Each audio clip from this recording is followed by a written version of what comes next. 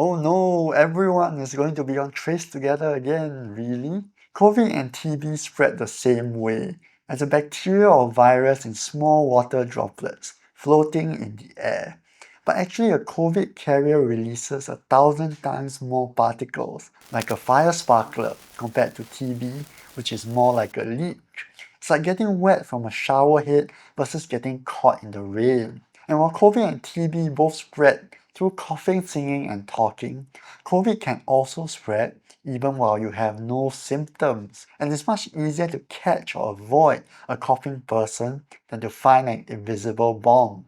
And while COVID and TB enter the airway, COVID only needs your nose or eyes, while TB needs to pass through natural barriers of filtration to reach your deep lung to survive.